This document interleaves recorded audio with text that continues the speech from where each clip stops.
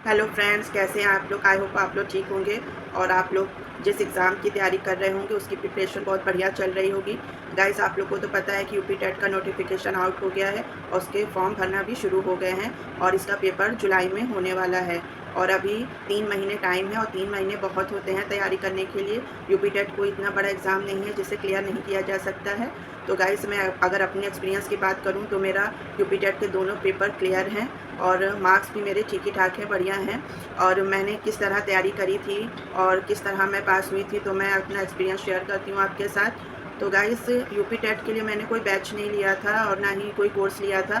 मैंने self study से ही अपना यूपी टेट पास किया था। तो यूपी टेट पास करने के लिए सबसे पहले आपको अपना सिलेबस जानना बहुत ज़रूरी है। सबसे पहले क्या पूछा जाएगा हमारे किस सब्जेक्ट में क्या क्या पूछा जाना है, तो ये सब आपको जानना बहुत ज़रूरी है। तो अपने सिलेबस को अच्छी तरह रीड करिए और क्या क्या आएगा उसको अच्छी तरह से कहीं पे नोट्स कर लीजिए। तो जब आप पढ़ेंगे तो उसमें आपको आसानी हो जाएगी उसे पढ़ने के लिए। तो सिलेबस और क्या क्या आता है आपको तो पता है कि यूपी टेट में कौन कौन से सब्जेक्ट आते हैं। तो सीडीपी आता है, हिंदी आता है, इंग्लिश है, ईवीएस है, मैथ है और सेकंड पेपर में सोशल साइंस आता है और साइंस और मैथ आता है। और सीडीपी में प्योर फैक्चुअल क्वेश्चन पूछे जाते हैं। जैसे सीटेट में थोड़ा पेडागॉजिकल हो जाता है, लेकिन यूपी टेट में पूरा फैक्ट पूछा जाता है। तो इसके लिए आपको डीपली पढ़ना पड़ेगा, क्योंकि जब आप डीपली पढ़ेंगे तभी आप क्वेश्चन के आंसर क्लिक कर पाएंगे। सिर्फ ऊपर ऊपर पढ़ने से आंसर क्लिक नहीं हो पाएंगे। इसके लिए गाइस आपको अच्छी खासी मेहनत करनी पड़ेगी। और हिंदी में तो पूरा ग्रामर ही पूछा जाता है, जैसे संज्ञा हो गया, सर्वनाम हो गया, प्रवाच्य हो गया और मुहावरे हो गए और उपसर्ग हो गए, प्रत्यय हो गए, ये सारे सब पूछा जाता है इसमें। और इंग्लिश में भी ग्रामर पूछी जाती है, पैसेज भी आते हैं और ग्रामर भी पूछा जाता है। तो इसके लिए आपको अच्छी खासी मेहनत करनी पड़ेगी, सारे टॉपिक को अच्छी तरह से पढ़ना पड़ेगा। तो इसी तरह से ईवीएस में भी और सोशल साइंस से मिक्स भी क्वेश्चन ईवीएस में आ जाते हैं, तो उसकी तैयारी भी आपको करनी पड़ेगी। तो मैंने क्या किया था, तो सबसे पहले मैंने अपना सिलेबस क्या क्या पूछा जाता है तो सारा मैंने टॉपिक एक एक टॉपिक को नोट्स किया था। और उसके बाद मैंने हर एक टॉपिक से संबंधित अपने नोट्स बनाए थे नोट्स बनाए थे। और अभी 3 महीना टाइम है, आप आराम से नोट्स बना सकते हैं अपने। तो एक एक टॉपिक को सर्च करिए और बनाइए, अगर आप सेल्फ स्टडी से पढ़ रहे हैं। और अगर आपने कोई कोर्स लिया है तब तो आपको टेंशन की ज़रूरत नहीं है, तब तो आपको सारे टॉपिक कराए ही जाएंगे। और अगर आप सेल्फ स्टडी से पढ़ना चाहते हैं तो एक एक टॉपिक का नोट्स ज़रूर बनाइए, क्योंकि लास्ट टाइम में वो नोट्स ही काम आएंगे रिविज़न करने के लिए। और जितना आप रिविज़न करेंगे उतना ही बेहतर होगा आपके लिए। तो इस तरह से आपको अपना सिलेबस जानना है, हर एक टॉपिक के नोट्स बनाने हैं आप लोगों को। और मॉक टेस्ट ज़रूर लगाने हैं, क्योंकि जब आप मॉक टेस्ट लगाएंगे तो टाइम मैनेज हो जाएगा आपका आराम से। क्योंकि जब आप एग्ज़ाम देने जाएंगे तो टाइम का मैनेज का प्रेशर सबसे ज़्यादा रहता है, तो इस तरह आपका टाइम मैनेज होने लगेगा। तो मॉक टेस्ट ज़रूर लगाइएगा।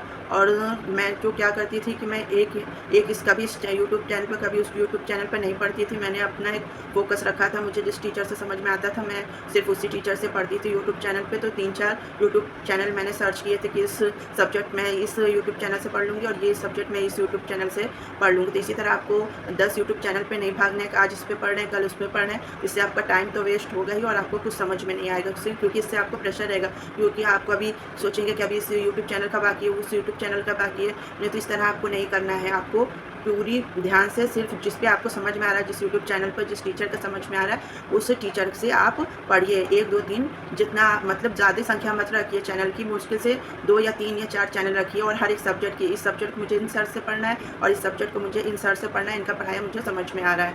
और गाइस, सबसे मोस्ट इंपॉर्टेंट है प्रीवियस ईयर क्वेश्चन, क्योंकि यूपी टेट में प्रीवियस ईयर रिपीट होते हैं। तो इसलिए आपको प्रीवियस ईयर क्वेश्चन ज़रूर लगाने हैं, मस्ट लगाने हैं और उसकी प्रैक्टिस ज़रूर करनी है, क्योंकि यूपी टेट में जो है प्रीवियस ईयर रिपीट होता है। जब मैंने एग्ज़ाम दिया था तो मेरा प्रीवियस ईयर रिपीट हुआ था, क्योंकि मैंने प्रीवियस ईयर क्वेश्चन पढ़े थे और लगाए थे, इसलिए मेरा थोड़ा सा आसानी हो गया था मुझे पेपर सॉल्व करने की। तो इसलिए आप प्रीवियस ईयर क्वेश्चन को मत छोड़िएगा, अच्छे से लगाइएगा प्रीवियस ईयर क्वेश्चन को। तो गाइस, अभी 3 महीने बहुत ज़्यादा टाइम है, आप अच्छे से पढ़िए और पूरा सिलेबस को अच्छी तरह रिवाइज भी कर सकेंगे और अच्छी तरह नोट्स भी बना सकेंगे। और आपका पहले अटैम्प्ट में भी यूपी टेट क्लियर हो सकता है। और इसके लिए आपको समय देना होगा, क्योंकि आप सोचेंगे कि बिना समय और सिर्फ कम दिनों में हम पढ़ें और हम पास हो जाएँ, तो ऐसा नहीं हो पाएगा। आपको रोज़ पढ़ना पड़ेगा और रोज़ प्रैक्टिस करनी पड़ेगी, तभी आपका यूपी टेट क्लियर हो जाएगा। मैं अगर बात करूँ कि मुझे लगता है कि सी टेट के मुकाबले यूपी टेट थोड़ा सा टफ पड़ जाता है, क्योंकि इसमें प्योर फैक्चुअल पूछे जाते हैं क्वेश्चन। तो इसी तरह आपको थोड़ा डीपली पढ़ना पड़ेगा इसमें यूपी टेट में।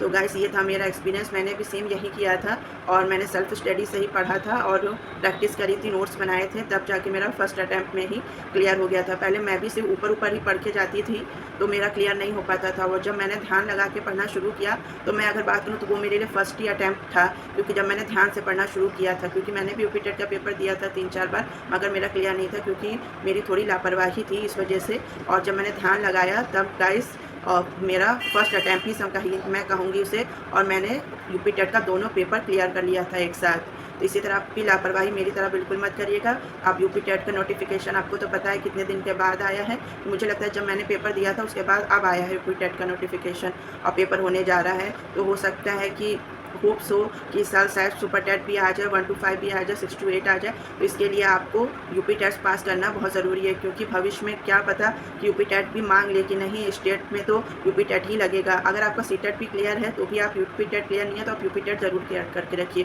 क्योंकि मैंने अपना सी टेट भी क्लियर कर रखा है और यूपी टेट भी क्लियर कर रखा है। मैंने अपने माइंड में कभी नहीं सोचा था कि मैं सी टेट पास कर लूँगी तो यूपी टेट नहीं दूँगी। मैंने अपना क्लियर थॉट रखा था कि मैं सी टेट भी पास हो जाऊँगी तो भी मैं यूपी टेट दूँगी। तो मैंने 2 साल में सी टेट 1 साल में पास किया, फिर अगले साल मैंने यूपी टेट को पास किया है। तो इसी तरह आप भी यूपी टेट को पास करके अपने पास भविष्य के लिए रख लीजिए।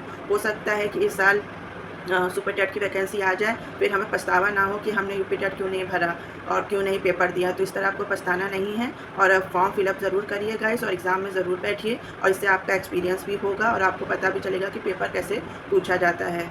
तो गाइस ये था मेरा एक्सपीरियंस कि मैंने किस तरह से अपना यूपी टेट का पेपर दिया और मैं किस तरह से पहले अटैम्प्ट में ही पास हो गई थी। तो गाइस इसी तरह आप भी अपनी तैयारी करते रहिए और बहुत बढ़िया से पढ़ते रहिए और अपना एग्ज़ाम क्लियर करिए। तो फिर मिलती हूँ मैं आपको नेक्स्ट वीडियो में, तब तक के लिए बाय बाय।